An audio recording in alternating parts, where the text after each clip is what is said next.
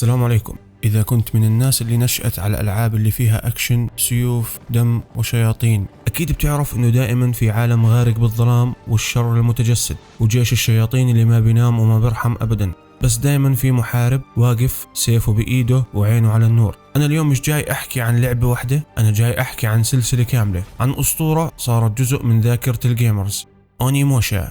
فإذا كنت من عشاق البلاي ستيشن أو حتى أول مرة تسمع باسم أونيموشا فحضر حالك، لأنه في هذا الفيديو راح أشرح عن كل جزء، كل شخصية وكل لحظة في السلسلة كاملة. وطبعا لا تنسى تحضر لك إشي تشربه، بالإضافة لللايك والاشتراك وفعل جرس التنبيهات، وتعليقك هو سلاحك بهاي المعركة، بإنك تكتب لي رأيك بالتعليقات تحت. ويلا نبدأ.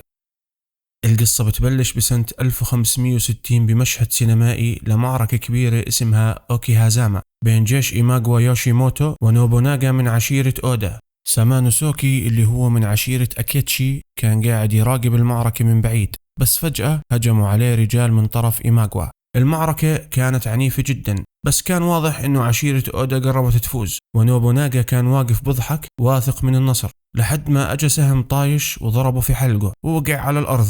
بعد هيك بوصل سامانوسوكي رسالة من بنت عمه الأميرة يوكي من عشيرة سايتو، بتحكي له بالرسالة إنه في خدم وخادمات قاعدين بيختفوا من القصر، وهي شاكة إنه في وحوش إلها دخل باللي بصير. طلبت منه يتوجه على القصر بسرعة وينقذها قبل ما تكون هي الضحية الجاية. وفعلا سامانوسوكي وكايدي اللي بتكون محاربة نينجا بيروحوا مع بعض على القلعة، بس لما يوصلوا بيكتشفوا إنهم تأخروا ويوكي انخطفت. وبآخر مشهد بنشوف جيش كامل من جنود أودا ماشيين ورا نوبوناغا، اللي تبين إنه لسه عايش لكن شكله غريب وشاحب، وكان يقودهم وهو راكب على حصان. اللعبة بتبلش لما سامانوسوكي وكايدي يتفرقوا، وكل واحد منهم بيتحرك باتجاه الحصن من طريق مختلف. سامانوسوكي وهو ماشي بالحصن فجأة بيصادف مجموعة من وحوش الجينما، وكانت الأميرة يوكي ملقاة بينهم فاقدة للوعي. بلحق يوصل إلها، وبلحظة سريعة بيرجع يلتقي بكايدي مرة ثانية، لكن ما بيلحقوا حتى ياخذوا نفس، لأنه فجأة بظهر من تحت الأرض وحش جينما ضخم اسمه أوزريك، وطلع قدامهم مثل الكابوس. سامانوسوكي بدون تردد سحب سيفه وحاول يدافع عن يوكي، لكن أوزريك ضربه ضربة قوية وأفقدوا الوعي. وباللحظة اللي كل شيء فيها كان رايح للهاوية ظهروا الأوني الاثنى عشر، وهذول أرواح محاربين أسطوريين أعطوه قفاز خارق.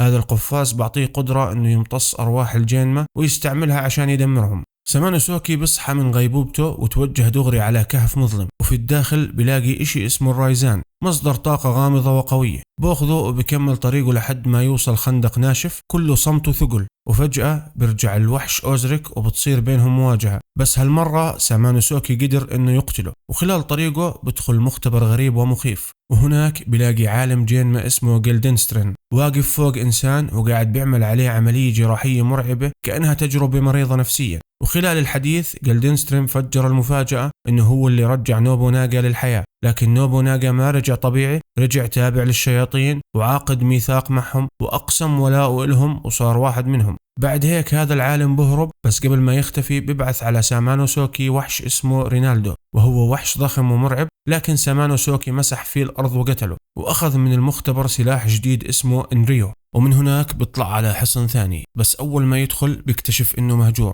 وهو بفتش في المكان بيصادف رجل غريب بيتصارع مع ولد صغير. الرجل اسمه توكيشيرو كينوشيتا، والولد بهرب. توكيشيرو بيحكيها بصراحة أنا خادم لعشيرة أودا، وسأله إذا حاب ينضم إلهم، لكن سامانوسوكي رد عليه وحكى له أنا اللي بسير حياتي يا غالي ومش تابع لا إلك ولا لأي عشيرة. بعد هيك بتركه بكمل طريقه، وبشوف كايدي قاعدة بتطارد نفس الولد اللي بهرب. خلال هالأحداث بيعرف منها إنه الولد اسمه يومي مارو، وإنه يتيم وربته الأميرة يوكي زي أخوها الصغير. وهو طالع باتجاه قمة الحصن سامانوسوكي بشوف يومي يارو بإيدين العدو وبكون بده يلحقه، بس فجأة بيوقفوا توكيشيرو مرة ثانية وبيعرض عليه من جديد ينضم لعشيرة أودا، وبكشف له عن خطة سرية فيها مراسم تضحية بشرية راح تصير عن قريب، وإنه جمجمة الأميرة يوكي راح تتعبى بدمها، وملك الشياطين فورتيني براس هو اللي راح يبارك هالتضحية. وبعد هيك نوبوناغا نفسه راح يشرب من دمها عشان يصير أقوى ويحرق عشيرة سايتو كلها. بوصل سامانوسوكي لساحة فوق الحصن وبواجه وحش جينما قوي اسمه مارسيلوس.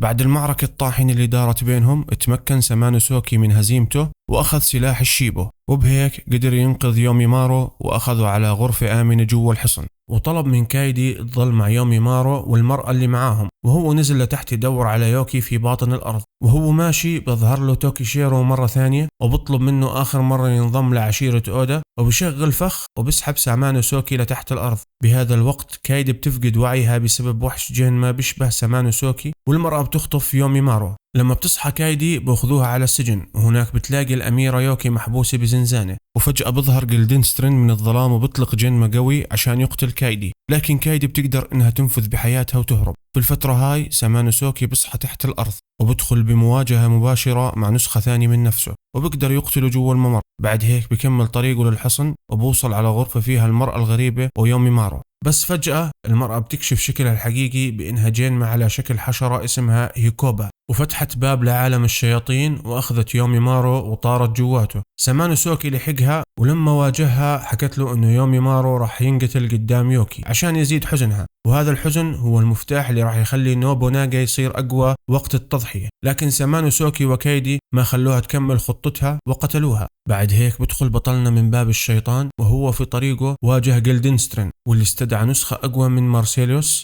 لكن سامانوسوكي أثبت قوته وقدر يقتله. وهو بكمل طريقه ووصل على غرفة العرش تبعت فورتنبراس، وهناك بشوف يوكي ويوميمارو محاصرين. قبل ما يقدر بطلنا من تحرير يوكي ويوميمارو، فورتنبراس بفوت على الغرفة، وبعد حوار قصير بينهم بدأت المواجهة الحاسمة. وخلال المشهد تبين إنه بطلنا قتل فورتنبراس وقدر إنه يحرر يوكي ويوميمارو باللحظة اللي دخلت فيها كايدي الغرفة. المكان بدأ ينهار وقرروا يطلعوا من الغرفة، لكن فجأة فورتنبراس استرجع قوته ومسك سامانوسوكي بقبضة رهيبة. كايدي ويوكي ويوميمارو هربوا لأنه قوة القبضة كانت هائلة لدرجة إنه سامانوسوكي طلع من ثمه دم. نقطة الدم هاي وقعت على القفاز، وهون سامانوسوكي تحول لأونيموشا محارب الأوني الحقيقي، ورجع وقف بوجه فورتنبراس ونهى المعركة بطعنة مباشرة في عينه الوسطى. بعد هيك رجع سامانوسوكي لطبيعته وشاف انعكاس نوبوناغا في عين فورتنبراس، وصار تبادل النظرات بينهم، والغرفة كلها قاعدة بتنهار حواليهم. بالمشهد الختامي يوكي ويوميمارو سمعوا كلام سامانوسوكي وسافروا مع بعض حول العالم عشان يدوروا على بداية جديدة بعيدة عن كل الرعب اللي عاشوه. وبعد شارة النهاية بظهر سامانوسوكي حي واقف من بعيد براقب قلعة إناباياما، وكان القفاز لسه بإيده ونظراته بتحكي إنه لسه في معركة جاية، وبهيك بتكون انتهت اللعبة. بعد ما خلصت أحداث الجزء الأول ومات فورتنبراس، الدنيا ما هدت لأنه الشر رجع وبشكل أقوى. نوبوناغا أودا استلم زمام الأمور وصار هو قائد الجينما، وبلش حملة مجنونة عشان يوحد اليابان، وصار يدمر القرى ويقتل أي حدا ممكن يوقف بوجهه. من بين القرى اللي دمرها كانت قرية عشيرة ياغيو. بهذيك اللحظة كان جوبي ياغيو وهو واحد من محاربين العشيرة مش بالقرية، بس لما رجع لقى كل إشي محروق ومدمر، وقرر إنه يعرف مين اللي عمل هيك وينتقم. وهو بدور على الجاني صادف واحدة غريبة أنثى أوني اسمها تاكاجو، وحكت له عن اللي عمله نوبوناغا. بس الصدمة تاكاجو طلعت أمه وأطلقت العنان لقوى الأوني اللي بداخله. بعد هيك أعطته مهمة مش سهلة وطلبت منه 5 كرات سحرية عشان تحمي البشر من الشياطين. ومن هون بلشت رحلة جوبي الجديدة، رحلة انتقام وقوة ومواجهة ضد نوبوناغا الشرير. وبنفس الوقت كان في حكي يتناقل بين الناس والجينما عن محارب غريب بظهر من العتمة وبيختفي بقاتل الشياطين بقوة مش طبيعية. ناس قالوا عنه أسطورة وناس ما صدقوا، بس الحقيقة هو كان سامانوسوكي أكيتشي، نفس المحارب اللي هزم فورتنبراس بقلعة إنابايا. وبعد المعركة الأخيرة في الجزء الأول اختفى، بس ما ترك الحرب، ظل يقاتل الجينما من وراء الكواليس لحاله كأنه شايل الحرب على كتافه. وخلال أحداث هذا الجزء ما التقى مع جوبي، بس كل واحد فيهم كان ماشي بطريقه. وخلال رحلة جوبي الطويلة التقى في محاربين كثير، وكل واحد فيهم عنده قصة وجروحه ودوافعه. هذول المحاربين صاروا حلفائه وساعدوه في رحلته عشان يواجه نوبوناغا. أولهم كان إيكي إنكوكوجي، مقاتل رماح محترف بيتبع أسلوب هوزوين. زمان كان يخدم واحد من الإقطاعيين الكبار، لكن بعد ما خسر معركة ضد جيوش نوبوناغا ترك الخدمة، وفوق هيك خسر بنته لما قلعته احترقت بالحرب. ومن وقتها صار حلمه يصير هو نفسه واحد من الإقطاعيين ومستعد يعمل أي إشي عشان يحقق حلمه. وبعدين التقى جوبي مع فوما كوتارو، نينجا سريع وذكي لكنه ما بوثق في النساء، والسبب إنها أمه تخلت عنه وهو صغير، وظل هالحكي مأثر عليه طول حياته. بس رغم هيك ساعد جوبي بمهمته عشان يهزم نوبوناغا ويفهم شو قصة أويو الغريبة. أما ماغويتشي سايغا فهو قائد فرقة اسمها سايغا إيكي من مقاطعة كي، طلع بمهمة خاصة عشان يقتل نوبوناغا قبل ما يوصل لقريته ويخربها، لأنه القرية هي اللي ربته وكان يعتبرها بيته. والمقاتل الأخير اللي التقى فيها هي أويو من أوداني، محاربة قوية بس وراها سر كبير بأنها أخت نوبوناغا وكانت بدها توقفه بأي طريقة. الغريب في الموضوع إنها كانت حبيبة نوبوناغا باللعبة، وكشفت لجوبي إنها متزوجة لكنها تركت زوجها لما عرفت إنه عنده بنات من زوج سابق. وخلال رحلة جوبي ما واجه بس شياطين عادية، كان يواجه جنمة من العيار الثقيل، وكل واحد فيهم أشرس من الثاني وكلهم بيخدموا نوبوناغا. أولهم كان جوغان تانتيس، سياف متغطرس ونبيل دايما شايف حاله ومتعالي. بعده ظهر جين فاتس، جين ضخم وشكله عنكبوتي، حجمه لحاله كان كافي يرعب أي حدا. بس الأخطر فيهم كانت جوجو دوروماه، جنمة أنثى مهووسة في نوبوناغا بشكل مجنون، وهي اللي قتلت تاكاجو والدة جوبي بدون رحمة. لكن جوبي ومساعدة أصدقائه واجههم واحد واحد وانتصر عليهم، حتى أنه أنقذ قلعة أوداني من هجوم ضخم كان ممكن يمحيها عن وجه الأرض. بعد هيك شد الرحال على قلعة جيفو مقر نوبوناغا بعد ما سرق سفينة واحد من خدم نوبوناغا اسمه تويوتومي هيديوشي، ومع الوقت قدر يجمع الكرات الخمسة كلها. ولما جهز لكل إشي ودع أصحابه وكل واحد راح بطريقه. كوتارو ضحى بحياته عشان ينقذ أويو خلال المعركة الأخيرة مع جوجو دورما، وإيكي تم قبوله أخيرا يخدم أحد الإقطاعيين وحلمه تحقق. ماغويتشي رجع على قريته عشان يجهز للمعركة الجاية، وأويو رجعت على بيتها بعد ما جوبي حكى لها الحقيقة بأنه نوبوناغا لسه أخوها وما بتقدر تقتله، وأنه زوجها لسه بنتظرها بالبيت. وفي النهاية جوبي واجه نوبوناغا لحاله، وكانت معركة مصيرية. جوبي أطلق قوة الكرات الخمسة وخلى قوى الأوني تبعته توصل لأقصى حدودها، وبهيك قدر يهزم نوبوناغا وينهي الكابوس. لكن المشكلة إنه جوبي ما كان عنده قفاز الأوني اللي مع سامانوسوكي، القوة اللي بتقدر تنهي الشر بشكل نهائي. وعشان هيك روح نوبوناغا وهي بهيئتها المجردة ما استسلمت، وأقسمت إنها راح ترجع مهما طال الزمن. ومع انهيار القلعة ما كان قدامه خيار، جوبي هرب وسط الدمار واختفى في عتمة الليل. ولما طلع الصبح شفناه قاعد على حصانه ساكت فوق حافة جبل عالي بيطل على قلعة بعيدة بالأفق، وهناك كانت أويو عايشة بهدوء مع عائلتها.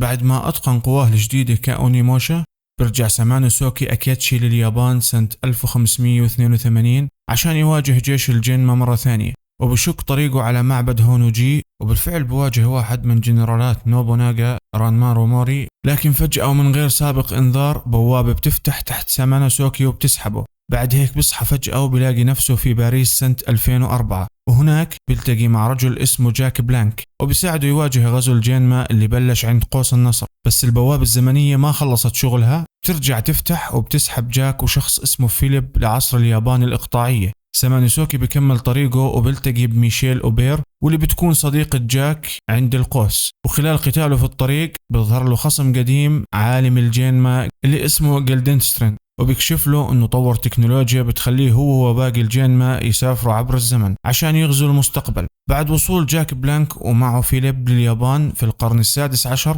فيليب ما بيقدر يكمل لأنه بنصاب في جروح قاتلة من المعركة اللي قبل الانتقال الزمني وبموت. وبنفس الزمن اللي فيه سامانوسوكي بتظهر لجاك روح الأوني وبتعطيه قوة خاصة بتساعده في طريقه على معبد هونوجي، بالإضافة بأنها بتمنح روح صغيرة اسمها آكو عشان تساعده بمهمته. لكن عشان يرجعوا لزمانهم الحقيقي لازم هو وسامانوسوكي ينقذوا الخطوط الزمنية من الخراب والدمار. بما أنه سامانوسوكي بيكون في باريس سنة 2004 بتعاون مع هنري بلاك ابن ميشيل وجاك عشان ينقذوا المدينة من الدمار اللي سببه الجينما.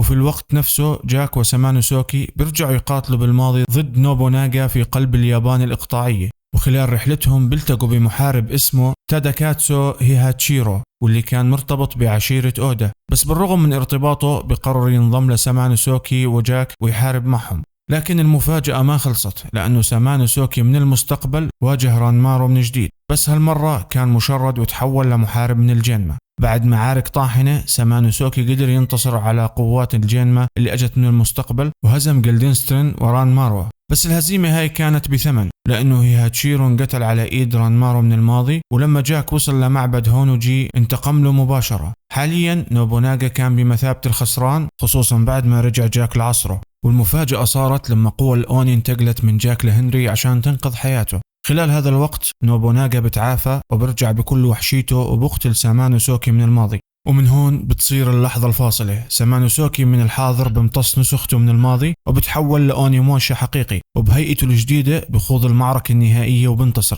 وبختم روح نوبوناغا في قفاز الأوني. بعد هيك ببلش رحلة جديدة مع آكو هدفها انه يختم القفاز بشكل نهائي عشان يتأكد انه روح نوبوناغا ما ترجع نهائيا. لكن موت نوبوناغا ما انهى القصة، لانه طلع تهديد جديد وهو تابع نوبوناغا السابق توكيشيرو، واللي صار اسمه هيديوشي تويوتومي، واللي تم دعمه من الجينما وبيبدأ غزوه لليابان.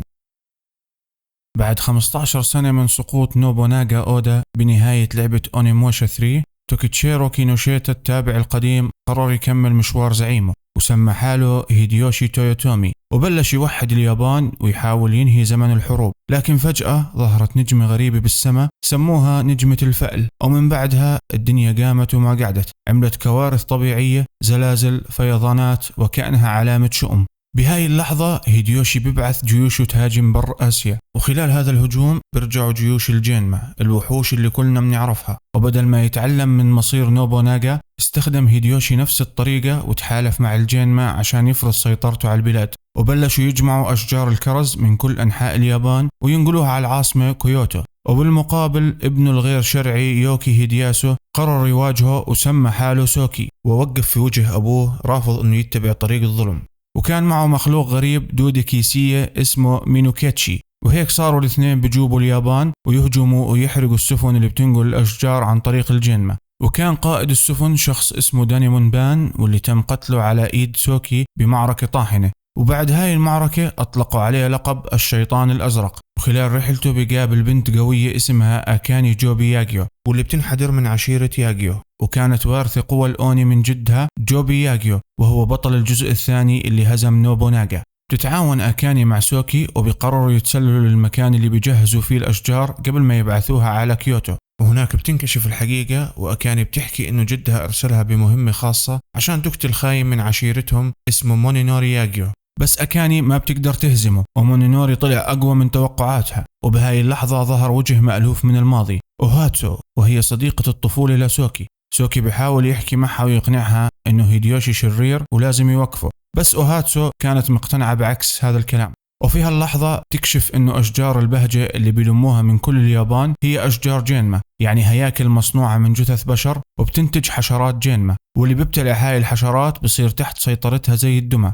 مونينوري بيحاول يغسل دماغ أوهاتسو وبيخليها تضل جنبه، وسوكي ما إله خيار إلا أنه يهرب مع أكاني عشان ينقذها. وبعد هروبهم بيقابلوا راهب غريب اسمه تينكاي نانكوبو، وكان لابس قفاز أسود. هذا الراهب كان يبحث عن الشخص اللي حامل قوة الأوني الأسود ملك الظلام. بيجتمعوا مع بعض وبتوجهوا لقلعة ميتسوناري إيشيدا، واللي هو واحد من خدم هيديوشي، وهناك بيواجهوا المحارب القوي ساكون شيما اللي كان خاضع لغسيل دماغ. وخلال المعركة بينقذوا شخص جديد اسمه روبرتو فرويس، مبشر مسيحي إسباني جاي ينتقم من حارسه لويس فرويس اللي باع القضية وتحالف مع الجينما. وخلال الرحلة الطويلة والمليانة مواجهات سوكي ببلش يشوف رجل غامض لابس أبيض. المجموعة قرروا يلاحقوا شجرة جينما الأم اللي كانت متوجهة على كيوتو، وتينكاي اللي كان دايما يحاول يلم الشمل ويخلي الكل يركزوا على هدفهم حس حاله عاجز. الأمور بلشت تنهار قدامه. أكاني وروبرتو انسحبوا من المجموعة وهم بيطاردوا عدوهم، وبالآخر انمسكوا. سوكي ما استنى حدا وركض لحاله بكل جراءة عشان يواجه هيديوشي وجها لوجه. وبآخر لحظة أوهاتسو قررت توقف مع سوكي، لكن بالمقابل تينكاي ضحى في نفسه عشان ينقذهم. وقبل ما يختفي أعطى أمر لسوكي إنهم يروحوا على جبل اسمه هي. في المعبد اللي على جبل هي اكتشف سوكي إن أوهاتسو مصابة جواها حشرات جينما وجسمها بلش يتغير. وهناك قابل بنت تينغو غريبة اسمها أرين، قررت تختبره اختبار مصيري، وإذا نجح في الاختبار بصير أونيموشا محارب الأوني، وهو الأمل الوحيد اللي ممكن ينقذ البشرية. بالفعل سوكي نجح وقدر يوصل لقوته الجديدة. بعد هيك انطلق هو وأوهاتسو ورجعوا ينقذوا أكاني وروبرتو من الأسر. وخلال هالأحداث اكتشفوا الحقيقة الصادمة إنه هيديوشي مجرد دمية ومسيطر عليه من قبل ثلاثي جينما مرعب، واللي هم كلوديوس اللي اندمج مع ميتسوناري، روزنكرانز اللي سيطر على جسد فرويز، وأوفيليا الغامضة القوية. روبرتو بكل شجاعة قدر يدمر الحجر الأسود اللي كان يمد هيديوشي بالطاقة. بس قبل ما يفرحوا كلاوديوس بيكشف الورقة الأخيرة وتبين إنه في حجر ثاني، والأخطر من هيك إنه هدفهم الحقيقي هو إعادة إحياء ملك الجينما اللي راح يصحى لما نجم الفأل يهبط على العالم. بعد اللي صار مجموعة سوكي بتتجمع من جديد مع تينكاي، وهدفهم هالمرة الحجر المظلم الثاني، وهم في طريقهم بيلتقوا مع السيدة يودو أخت أوهاتسو واللي كانت مقربة جدا لهيديوشي. لكن الصدمة كانت لما أوهاتسو عرفت إنه أختها ماتت من زمان، والجسم اللي واقف قدامها عبارة عن جثة مسكونة من أوفيليا نفسها. وبعد هيك بصير قتال طاحن، والمجموعة انتصرت وهزموا أوفيليا. المجموعة كملت طريقها ووصلوا لمختبر الجينما، وهناك لاقوا كلاوديوس واقف في وجههم ومنع روبرتو إنه يدمر الحجر المظلم الأخير. بس في لحظة مفصلية وصل المحارب ساكون اللي استرجع وعيه وأنقذ الموقف وطهر جسد ميتسوناري من سيطرة كلاوديوس. بس كلاوديوس ما انهزم بسهولة لأنه تحول لشكله الحقيقي كجينما، ورجعت بينهم معركة طاحنة، وفي النهاية بتم هزيمته وبنفجر بشكل قوي. وهذا الأمر تسبب في مقتل روزنكرانتس وفرويس. وحتى بعد هذا الانتصار اللي فيه خسائر، الراحة ما كان إلها مكان، لأنه كان ضايل للمجموعة 6 أيام يوصلوا فيها لهيديوشي قبل ما يفوت الأوان. وخلال رحلتهم مينوكيتشي بيضحي في نفسه عشان يفتح الطريق ويوصل أصحابه لكيوتو. بعد ما وصلت المجموعة على كيوتو قعدوا شوي وأخذوا وقت وعملوا حداد على مينوكيتشي، وبالإضافة إنهم يفكروا بالخطة الجديدة. بعد هيك دخلوا كيوتو وهم عارفين إنه هاي الجولة الأخيرة. كانوا مرهقين جدا وكانوا تقريبا مستهلكين من طاقة الجينما. المعركة بلشت. روبرتو وتينكاي وأوهاتسو ظلوا ورا عشان يواجهوا ثلاثي الجينما اللي رجعوا للحياة. أما أكاني فكان لازم تسوي حسابها مع مونينوري اللي ابتلع كمية هائلة من حشرات الجينما. وبالنسبة لسوكي وصل لهيديوشي اللي كشف ورقته الأخيرة وحكى إنه حامل بذرة الجينما واللي بتخليه يصير الوعاء لملك الجينما نفسه. بعد المعركة الطاحنة اللي صارت بينهم سوكي هزمه، وبعد هيك أوفيليا خانت هيديوشي وهو مصاب بجروح قاتلة وانتزعت البذرة منه. لكن قبل ما تستغلها السيدة يودو اللي روحها كانت محبوسة جوا شجرة الجينما الأم دمرت البذرة بنفسها وهي بتحاول تلتهم الجميع. المجموعة قدرت تنقذ يودو، وسوكي تصالح مع أبوه وهو على فراش الموت. لكن المفاجأة الأكبر كانت في انتظارهم. مونينوري بهدوء سرق بذرة الجينما خلال هالفوضى، وبواسطتها أعاد إحياء ملك النور سيد الجينما فورتنبراس، وهو نفس الملك اللي رجعه نوبوناغا قبل سنين وتم هزيمته على إيد سامانو سوكي. تينكاي رمى ورقته الأخيرة وأعطى سوكي قفازه اللي فيه روح سيد جينما سابق عشان يعطيه القوة الكافية يهزم فورتنبراس قبل ما يكتمل إحيائه. لكن الخطة فشلت. فورتنبراس طلع هو نفس الرجل الغامض باللون الأبيض وقتل مونينوري اللي حاول يغدر فيه عشان ياخذ القوة لحاله. رغم كل إشي سوكي رفض يركع ووقف بوجه فورتنبراس، وكانت معركة حياة أو موت. وبعد قتال مجنون قدر إنه يقتله. وبعد هيك صار الحدث اللي غير كل إشي. سوكي حس إنه هاي نهايته وإنه هذا هو قدره، وبلش يطلع ببطء على نجمة الفأل. في هالأثناء استعادت أكاني وعيها وحاولت تمنعه، وكانت تحاول تصحي باقي المجموعة ولكن بدون جدوى. في هالأثناء سوكي مر من خلال حاجز غير مرئي، التفت على أكاني وحكى لها إذا رجعت الأزهار السنة الجاي تذكر تفكري فيه. جوبي صارت تصرخ وحكت له إنه ما سمعته. بعد هيك اختفى في ضوء نجمة الفأل ومات. بعد كل شيء رجع السلام للعالم، الدمار وقف والظلمة تراجعت، ومعاها رجعت أزهار الكرز تتفتح من جديد. حلفاء سوكي كملوا حياتهم. أوهاتسو بعد فترة من الحزن الطويل قررت تبدأ من جديد وتزوجت من عائلة ثانية، وكرست حياتها لرعاية ابن أخوها ويودو. روبرتو رجع على بلده عشان يمنع الجينما من إنشاء أي موطئ قدم هناك. تينكاي وآرين اختفوا من جديد، لكن فيما بعد انكشفت الحقيقة. تينكاي كان هو نفسه سامانو سوكي أكيتشي البطل الأسطوري، وآرين طلعت هي آكو تينغو اللي كانت دايما معه. سامانو سوكي كبر في العمر بس بسبب قفاز الأوني كان شكله لسه شاب، وفي أحد حوارات اللعبة آكو لمحت إنها بتحبه وظلت ترعاه وتراقبه وترافقه لآخر الطريق. أما أكابي ما رجعت أبدا لقريتها ياغيو، وتم رؤيتها لآخر مرة وهي واقفة قدام قبر سوكي وكانت تشكره على اللي عمله. وبعد هيك طلعت في رحلة جديدة تدور فيها على معنى للحياة. وبهيك بعد معارك دموع خيانات وتضحيات بقدر أوقف وأحكي أنا خلصت سلسلة أونيموشا. بس للعلم هاي مش النهاية، لأنه الأسطورة راجعة سنة 2026 مع أونيموشا Way of the Sword، واللي جاي أكيد راح يكون أجمل وأخطر. إذا عجبك الفيديو لا تبخل علينا باللايك واشترك بالقناة واكتب رأيك بالتعليقات، واحكي لي مين كان بطل السلسلة بالنسبة إلك. السلام عليكم ونلتقي في فيديو جديد إن شاء الله.